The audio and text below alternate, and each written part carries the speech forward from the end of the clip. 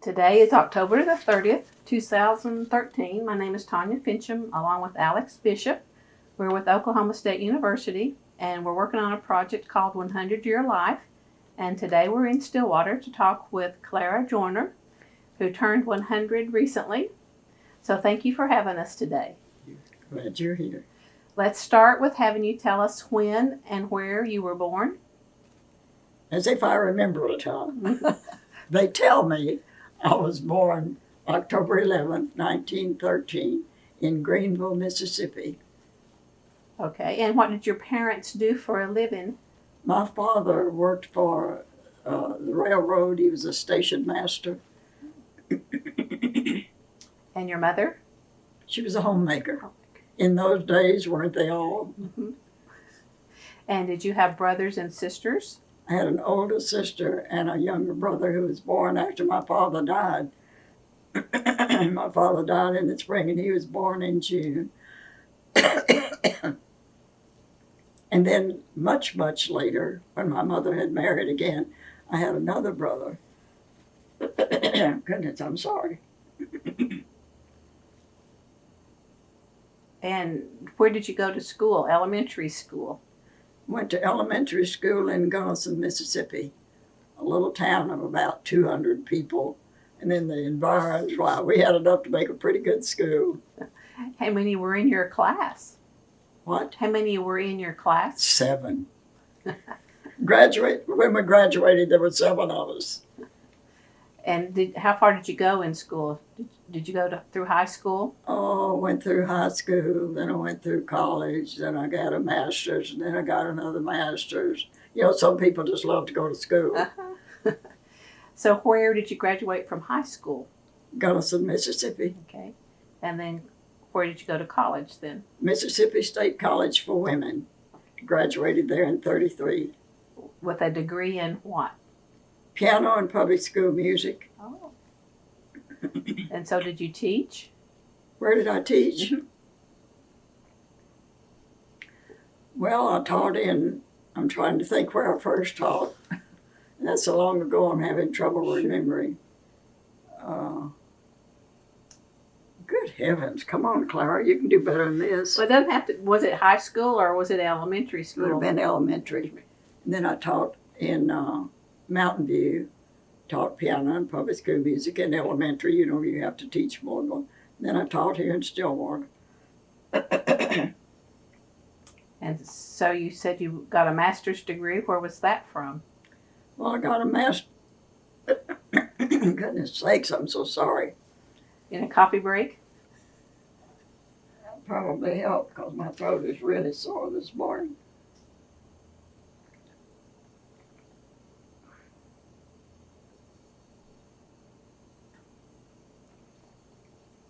Would you like coffee? No. I think we have some in No, I'm good. Thank you. Let me see, what did you ask me about?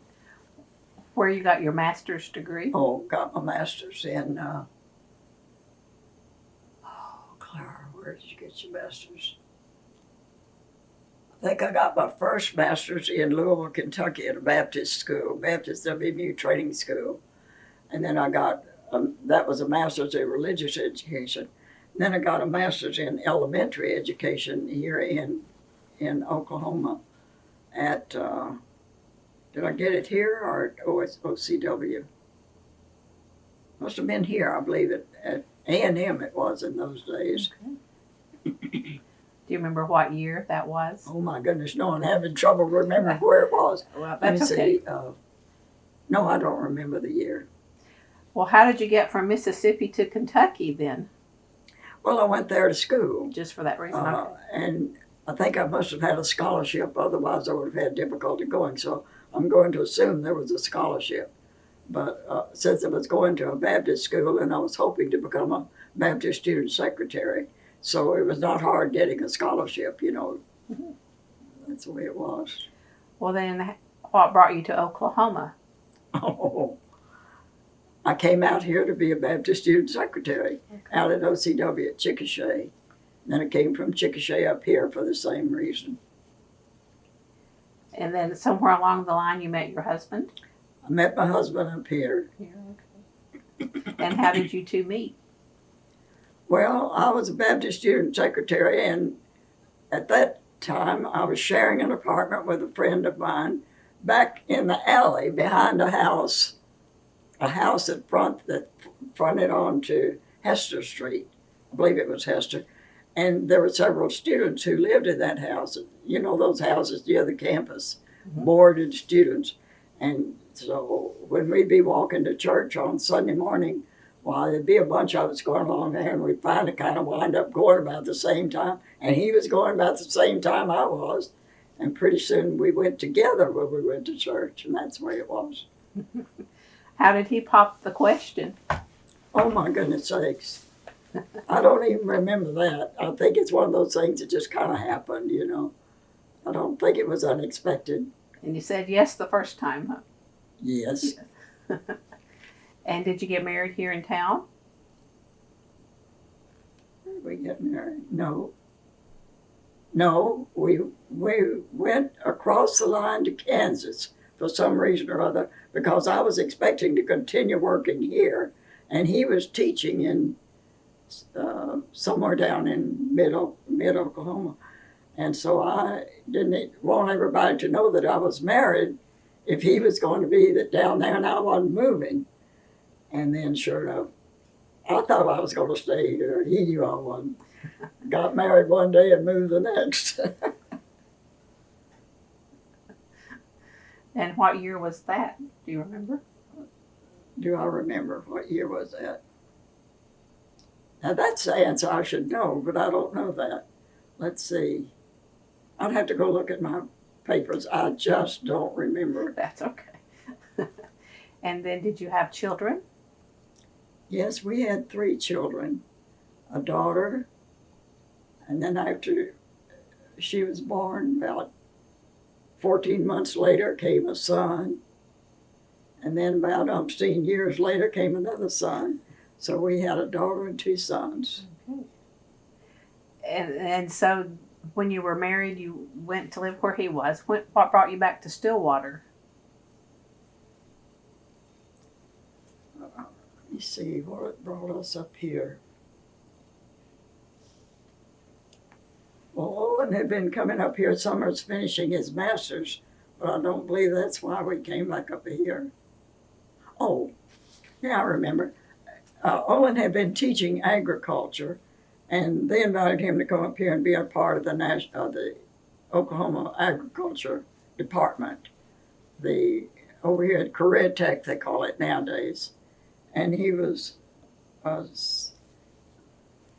do they call it, divisional superintendent or something with agriculture in the Northeast Division. And were you working once you came back? Not at first. After your children got in school, you went back to work? Well, I had to get a different degree then because my beginning degree had been in piano and public school music.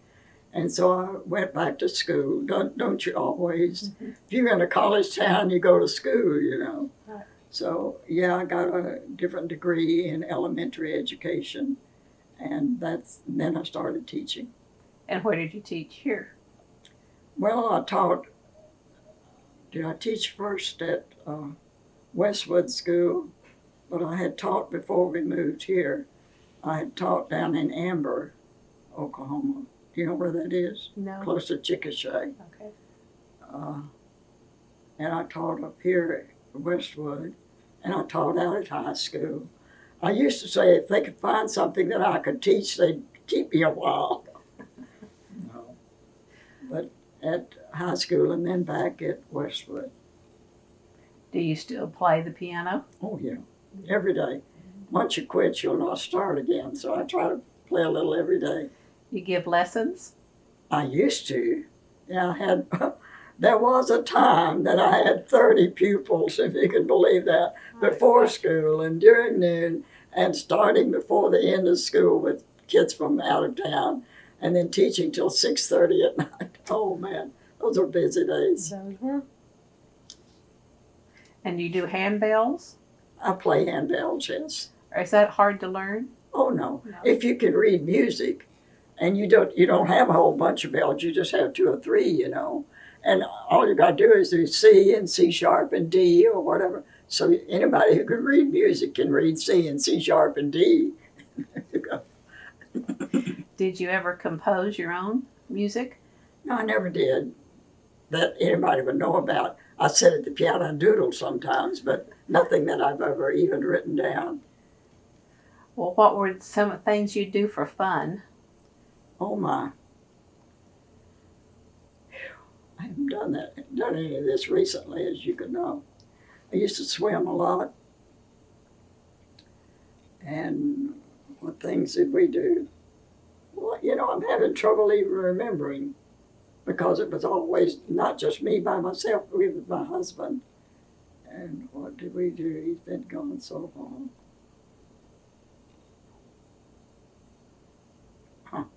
I'm having trouble remembering anything we did for fun. I'm sure it was there, but I don't recall. Would you go on vacations very often?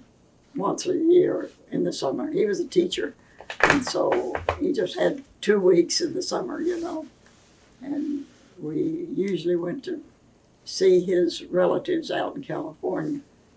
He had a brother out there and some cousins. So we would go to California. One year we'd go north and visit some places on the way as we drive out. And the next year we'd go south and visit some places in Texas or wherever along the way. And that's the way we got to see the United States, because we didn't go straight to California. We just we'd go ambling around this way and that way. Do you remember having your first car? No, I don't. My first car? Uh-huh. No, I don't. Because I didn't have one until, when I was a youngster, a teenager. No. Well, I'm 100 years old. When I was a teenager, kids didn't drive the car. If the family had a car, the dad drove it or the mother drove it, and the kids sat in the back still. You didn't talk. You didn't bother. Oh, it was a different world. Do you remember much about the Depression years? In the 30s? I just remember that life was a bit difficult, but it was for everybody. Mm-hmm. I can remember trying to balance your diet, your nutrition, so you were well fed. I mean, that was important, but it was not cheap and it was not easy.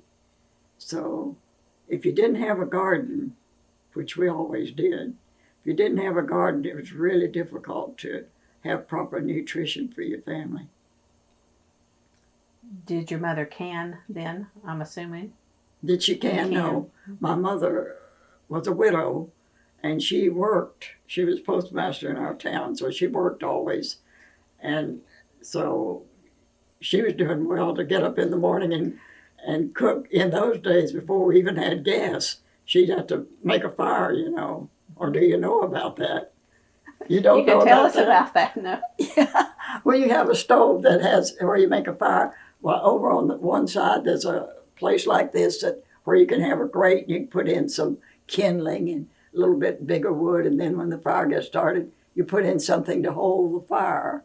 And on the side, outside the stove, there was a reservoir for water, and the water would get hot from the fire. That's interesting. Mm-hmm. And then at the back of the stove, up here there was a shelf, and you could put something up there to keep it warm. Oh, that's different. Well, a lot different from the way it is now. Well, did she teach you how to cook? No. She was busy all the time. We had a cook often, and I learned a bit from the cook, but not much, because I was down in Mississippi, and you had a cook. The cook did the cook. You didn't. The cook did the cooking. You didn't do that. And I had all this stuff to learn after I got married. Oh, and probably nearly starved the first few months we were married, I'm sure. He probably thought, man, I should have looked longer and found somebody that could cook, because he loved to eat. Lummy. Burn a few biscuits, huh? Yep, right. More than a few. Well, these days, describe a typical day for us. A typical day when? Today, like now. Like now? Mm-hmm. Oh, well, not much going on. I get up usually along about 7:30, have breakfast, watch TV, watch the news, get the paper, read the paper,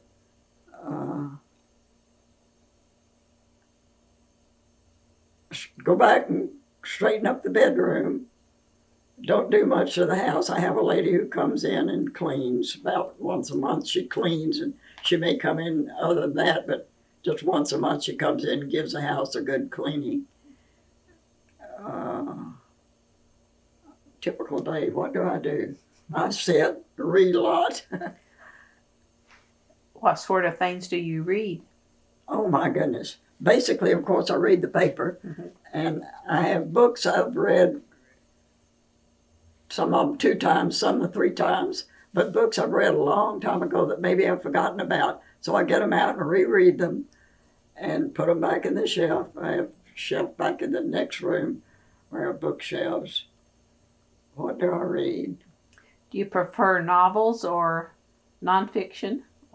Biographies? What? Well, I read a lot of biographies, and I read more nonfiction than fiction. But the books you get, like Reader's Digest condensed books, they are adventure, they are biographies, they are just novels, just fun. I read a variety. I don't read just one sort of thing. And you keep up with the current events through the newspaper? Try to. And how often do you practice your piano now? Well, I don't say I practice. I'd say I play. And sometimes it sounds like I need to practice. No, but about every day I get to the piano. And do you get out and about town very often? Well, grocery store at least a couple of times a week. I go to church. Oh, I don't now. I used to go every Wednesday night and every Sunday. Well, I'm doing well to get there on Sundays now. And I go on Fridays to play the community handbells.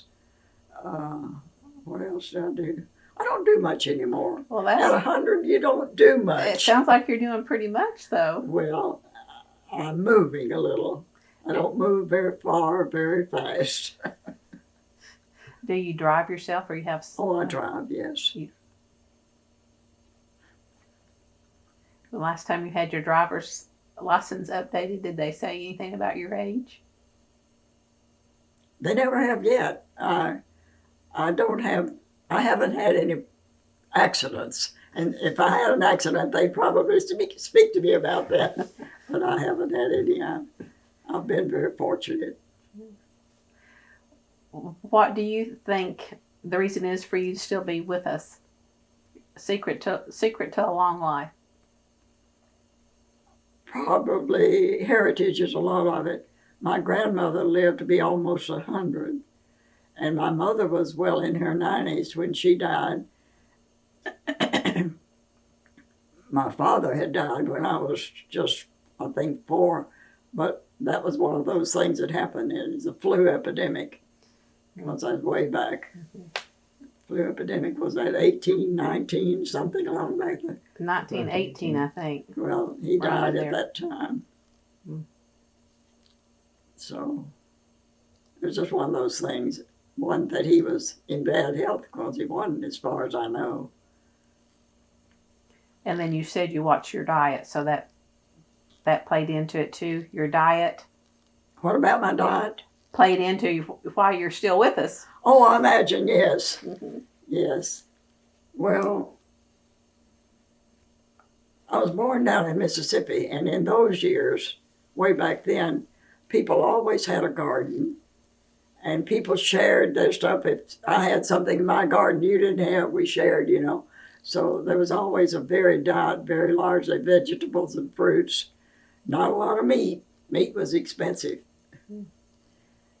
But I think that's probably has a lot to do with why I was healthy. If you had your own garden, did you have a dairy cow too? No, we didn't have a cow. We had to get milk from our neighbor who had a cow.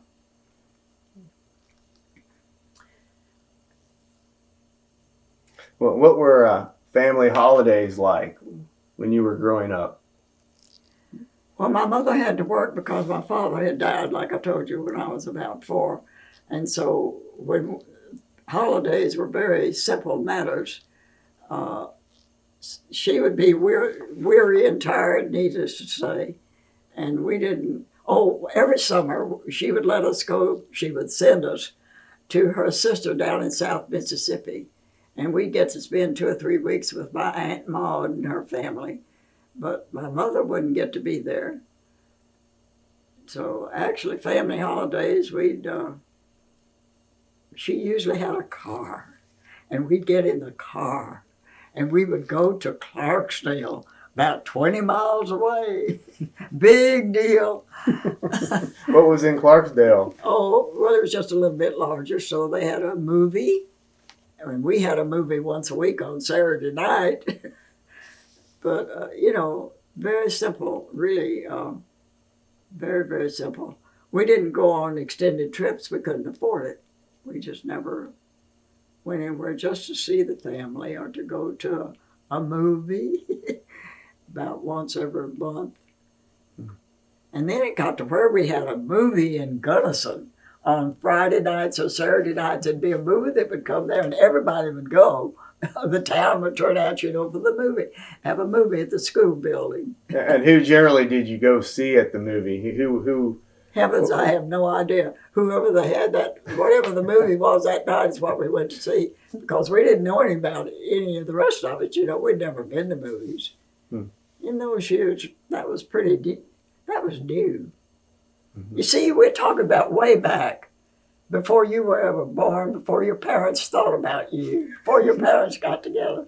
They probably were beginning to know about movies, but I didn't. Did you ever see Charlie Chaplin movies or Shirley Temple, those types of? Well, I've seen those, but those movies were shown years after the beginnings of their movies. I didn't see them in the early years. Mm-hmm. Movies cost money. I think it cost 15 cents in Gunnison, and I didn't have 15 cents. That was a lot back then. Well, it was indeed. For a family like my mother, a widow with 3 children to rear, we didn't have any money we didn't need to spend. Mm-hmm. Mm-hmm. Was church a very important part of your life early on? I would guess it was. I went to Sunday school every Sunday. And the people I knew at church were my friends. Well, in a little town, you know everybody. Mm-hmm. But an interesting thing about those years, I went to the Baptist church. We'd go for Sunday school and whatever, but we didn't have preaching. Not now. You know what I'm talking about when I say have preaching. We didn't have a preacher all the time. He lived somewhere else, and he came to our town every 2 weeks. So we'd have preaching one week and not have it the next week. So all the Baptist people would go to Sunday school at the Baptist church. And then on the next day, after Sunday school, we'd go over to the Methodist church for preaching. And they were the same way. They had preaching 2 times a month. So they would go to Sunday school on their day, and then they'd come over to the Baptist church. That's the way it was. Oh, lovely. I don't know why in the world we didn't all get together, but that's the way it was. Well, clothing sure has changed since the early days too, hasn't it? Clothing? I guess. I hadn't thought anything about it. My grandmother, my mother's mother, lived with us much of the time, and Grandma was good at sewing. She made dresses for my sister and me. And when my brother came along, she made shirts for him. She was a wonderful seamstress. And so whatever the clothing was, it's whatever she could make. Long skirts? Oh, I don't remember about that. I just don't remember. Gosh, I don't know. I'd have to see if I could find some early day pictures to know what we wore. I don't remember.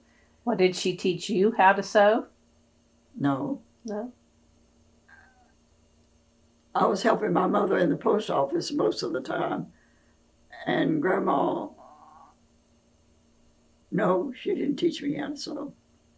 Was it unusual for a woman to be the postmaster? I don't know if it was or not. When my father died, my father's father, my grandpapa, had been postmaster in this town, and he was wanting to move. He was planning to move to Florida. Big deal in those years, move to Florida. But he realized that my mother, Mabel, would need employment. And he kept hanging on until she did her civil service exams and all the stuff you had to do in preparation to be a postmaster. And then she applied for the job and got it. And so when she could move up there to Gunnison, Mississippi, then Grandpapa moved to Miami. And I can remember till yet a lady by the name of Mrs. S.J. Holcomb. She used to come to the post office, and she told me more than once, well, your mother got the job as postmaster, but I wanted that, she said. She told me many times, I wanted that. Well, she didn't get it. My mother did, so be it. How long did your mother have it? Until she retired in 66. She, it was a pretty good deal for us because she had to put us through school, and she had a regular job, regular salary, so she could do that. And my sister and I both went to school at the same time. They tell us that when my sister, who is older than I, started to school, she had to walk about a mile. And they didn't want that little girl walking by herself. So they let her little young sister walk with her. So when I got to school, here I was. What are they going to do with me? So they just taught me.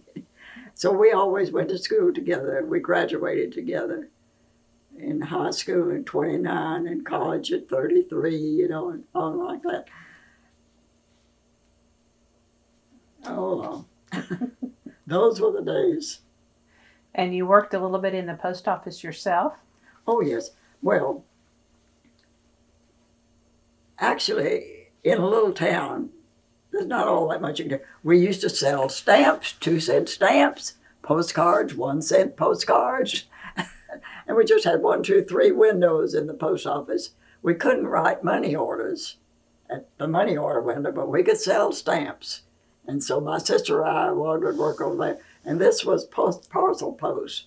Well, when people came to get packages and come in the mail, and they got a lot of packages because they ordered from Sears Roebuck and Montgomery Ward, and it'd be all these packages. And we could read the names and deliver the packages, or we could accept their packages and put them on the scales and see how much they weighed and charge how much they could, we could do the parcel post.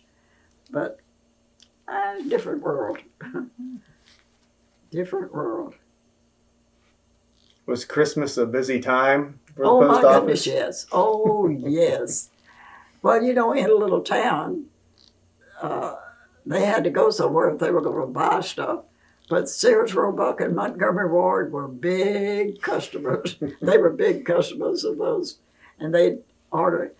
And, a lot of times they would order something to come in COD. Do you know COD? Explain that. Cash on delivery. And so when it would come in, they'd have to pay money to get it. Was there ever a time someone didn't have the money? You better believe it. They had ordered it, and then they'd come to say, well, we'd given them a notice that the package was there, and it cost $12.30 or whatever, And they'd come in, well, they want to see it. We can't do that. We can't open the package until you can open it when you pay for it and get it, but we can't open it. Well, they didn't know if they wanted it or not. We told them, well, you shouldn't have bought it, shouldn't have ordered it.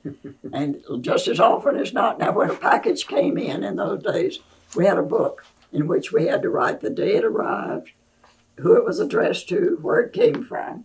And then over here, there'd be in another column, when that package was delivered, we'd have to make a note that it was delivered. So there was always a record of the package from Sears Roebuck or wherever until you bought it, if it was yours, until we delivered it to you. And so that was a lot of book work, because a lot of times they'd order it and then they wouldn't get it. So then we'd have to send a note to the company that this package was there, but it had not been received. Had not been claimed. And the time that it was to be returned, we were letting them know that it was still there. So then they'd have to let us know, well, send it back. So we'd send it back. A lot of paperwork, believe you me.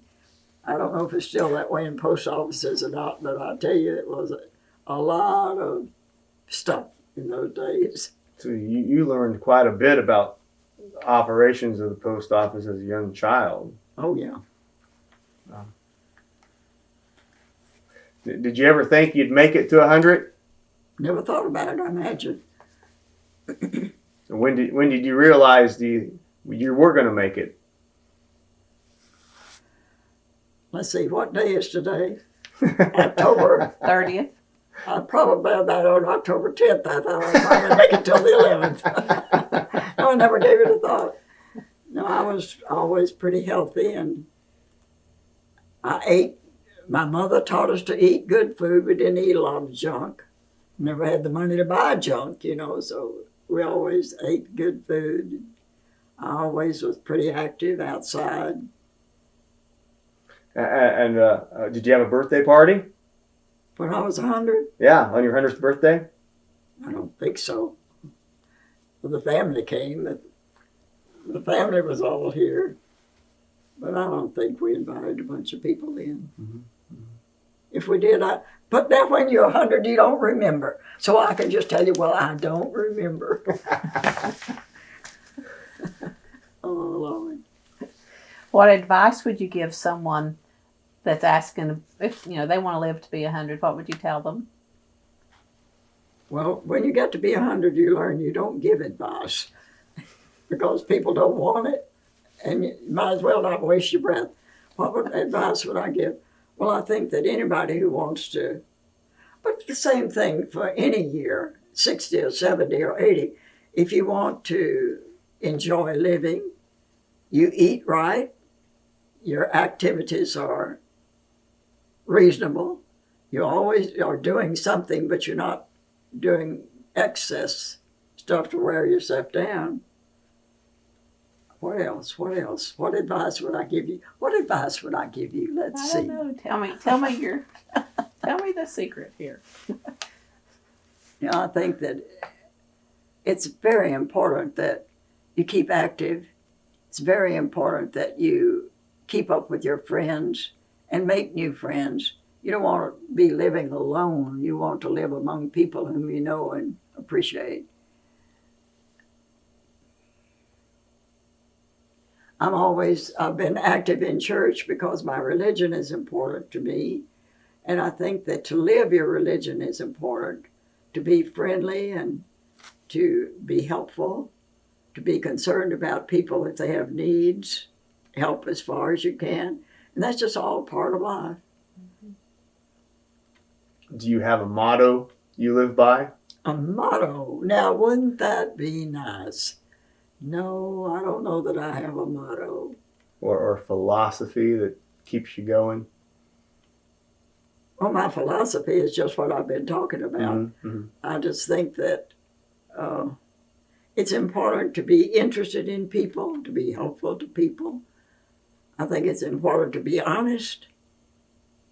You don't mess around with people by telling stuff that's not true or doing things that are not right. You try to be honest. I try to be honest. I don't know what you do.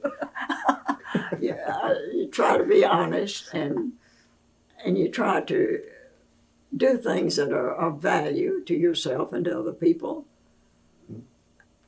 Like what? I play the piano. So I play the piano for any organization that needs me to, or when somebody's getting married, or when somebody dies, or whatever. In a little town, the pianist had to do those things, and I did it gladly. Do you still do that today for the church, or? Oh yeah, I go to church, but I don't play the piano anymore, except in Sunday school if the pianist isn't there. But, oh, I don't know. Well, once or twice I've played the organ at church, but not often. They have a regular organist, and only when she's gone or sick or suddenly there's an emergency, well, I can play the organ. My feet still know how to move to play the organ, so we get it done. Do you sing too, or is it mostly just play? I never did sing very much. I was usually accompanying. I did sing, yes. When I was in school in Louisville, I sang in a quartet. And we used to sing on the radio every now and then. Big deal. It was then, wasn't it? What? It was a big deal then, wasn't it? I thought it was a big deal, yes. I was glad to be singing with a quartet. Do you recall a favorite song? Oh my goodness sakes alive, no. When you play or you sing in church, there's a hymn book. Mm-hmm. And you know it from beginning to end. And I wouldn't say I had any particular favorites, no. Do you now? No. If you just sit down, it's something different every day? Well, I just play whatever pops in my mind. Let me see what's popping into my mind right now. Da, da, da, da, da, da, da, da. I think your sense of humor has helped you too. What? Your sense of humor has helped. Oh, well, you better have a sense of humor. You'll be in trouble if you don't. Where are you scooting off to? I was going to go to the piano and play. That was in my mind. Well, just a minute. We'll do that, okay? Okay. Anything else you want to ask? Well, I want to know if history was written today, what would you want it to say about you? Don't include me. They don't want to waste paper on me. Now, how do you want to be remembered? How do you want to be remembered? How do you want other people to remember you? Well, I guess I never gave it a thought. I guess I would like to be remembered as a person who was outgoing and friendly, who was honest, who had wide interests,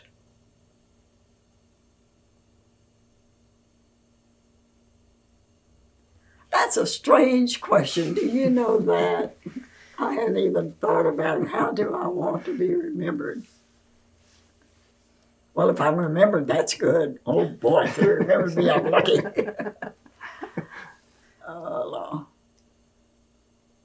I don't remember. I don't think of any particular ways I want to be remembered.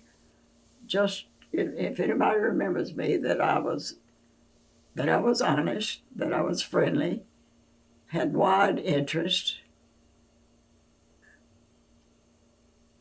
That's pretty good right there. Mm-hmm. And you liked music. Why? Do any of your music students come back to see you? Your students? Oh yeah. Well, down in Mountain View where we grew up, all the musicians in Mountain View, most of them I taught. So, so there were two of us who were music teachers at that time we had a lady who, as she said, gave lessons, but she was not a graduate in music or anything. She'd just known how to play the piano a little bit, and she gave lessons. But Marie Smith and I both had degrees in piano and public school music, and so we had about all the pupils we could teach, believe you me, before school, during noon, after school to 6:30. So life was busy teaching. But in Mountain View, there's a lot of music that goes on. And Marie and I taught many of them early on. Mountain View, Oklahoma. Oklahoma. It's out in southwest Oklahoma between Hobart and Carnegie. Okay. That's a ways from here too. Yeah. It's a nice little town. Let me see, you got a Baptist church, got a Methodist church, have a Church of Christ. 3 churches within the town, and then I don't remember about outside. But it's a pretty good little town. But you've lived in Stillwater And for the longest time yeah. of all your places.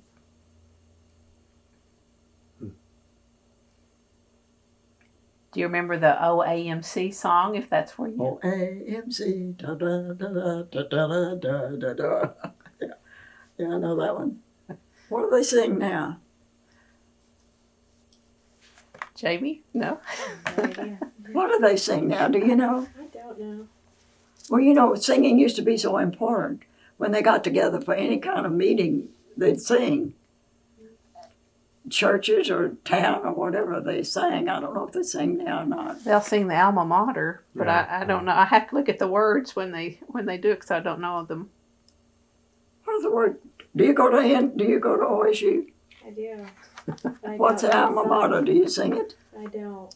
Now you see, music is just not as important at general meetings as it used to be because they'd start every meeting with everybody singing. Oh, well, Well, I mean, at least they still do the national anthem. you would hope so. They do. And do they still stand? Uh-huh. You'd have to hope so, but things change, so people don't have the same goals that they used to have, the same ideals that they used to have. They have things that they want to do, but it's just not quite the same. Times have changed. Yeah, right. Alex got educated on what light bread. What? What light bread is. Who wanted to know? Who wanted to know? Alex. You want to know what light bread is? Sure. If you You go can to tell the me. store to get it now, you just get a loaf of bread. But it's light bread. And I don't know why they called it that. That's what they called it when I grew up. But I guess when you go to the store to get it, it's different from what you make at home. Maybe that's why, I don't know. I don't know either. Alex just had never heard the term light Light bread. bread, yeah. It's not Lite. No, It's L-I-G-H-T, light bread. Do you know why they called it that? Mm-mm. I have no idea, really. But we did have light bread when I was a kid. So it's not, it's not unheard of. It's within the last 100 years. you couldn't go to the store and buy a loaf of bread, Oh, yeah. a sandwich bread like they do now, Yes, we could go to the store and buy bread. could you? Hmm. I can remember till yet if my mother worked all day long because my daddy had died when I was young. And I can remember if we went to the table at night and didn't have bread, she'd say to Howard, run down to the store and get a loaf of bread. Well, we lived behind the post office, and the post office was in town. The store was just on down in the block, because in a little town, not that many blocks. So he'd run down there and get a loaf of bread and come back. Life was different. In a small town, life is different anyhow. Everybody knows everybody, and everybody knows everybody's business. They know what you're doing and what you should be doing. Oh, man. A lot of front porch sitting. I imagine I don't know about that. We didn't have a front porch because we lived back behind the post office. The post office was all up here. And then once you got through the post office, then back here, a living room, 1, 2, 3 bedrooms, a hallway, a dining room, a kitchen, and a bath. And that was it. We didn't have a front porch. I know back there we had one way we could go out there, and there was a fruit tree right out there at that door, and then go on through the kitchen and out that way, and we'd head to the garden. And that's all I remember about that place. And it had running water Oh, yeah. and electricity Yes. for in town. Electricity was so different then. If you wanted a light, there was a wire hanging down from the ceiling. You turn on the light, hanging down right there. And it took a while. I can remember that when we were tiny, when we were young. And it was a little later when we had plug-ins and we could have a lamp over there or, have something besides that light hanging down from the ceiling. That was not very much light, but that's the way it was. But it was electric and you could turn it on. And you didn't have to get up the next morning and wash the globe. Do you know about the globes? Okay, well, here'd be your lamp.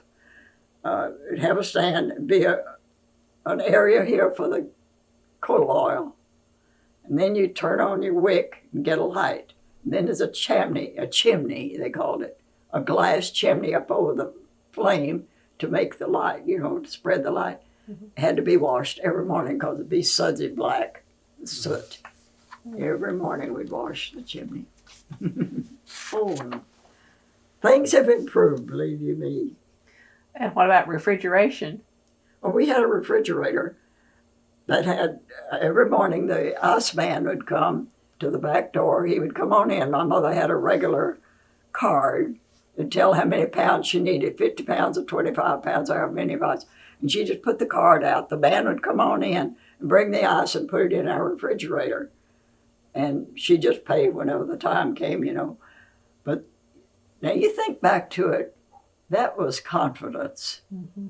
She had confidence in him and he had confidence in her to come into your house, and she wouldn't even be there. But he'd come into the house and bring the ice and put it in the refrigerator. That's a good deal. Mm-hmm. And then about laundry? Well, we had a washwoman. It's called a washerwoman. And she would come on a certain day of the week, and my mother would have had all the things gathered together. She would get this bag of clothes and take them to her house and wash them and bring them back. She was just our washerwoman. There was trust again there. Yeah. Yeah. Hmm. Well, do you have a favorite memory from those days? Favorite memory. Guess I never thought about it. That's another strange question, a favorite memory. What I do remember is that my mother saw to it that my sister and I got to take whatever things were advantages in Gunnison. What we could do, we could take piano and we could take expression. Do you know expression? Do you know expression? I've never heard of it. Never heard of it. Expression is speech. Ah. But it wasn't taught at school. If you were to be taught speech, you had a speech teacher. So we went to a piano teacher and a speech teacher. And then that meant we had piano recitals. And at speech, you'd have to give a talk or a speech, whatever it was you'd learned at the recitals. That was busy life. Mm-hmm. Had to learn all that stuff from memory.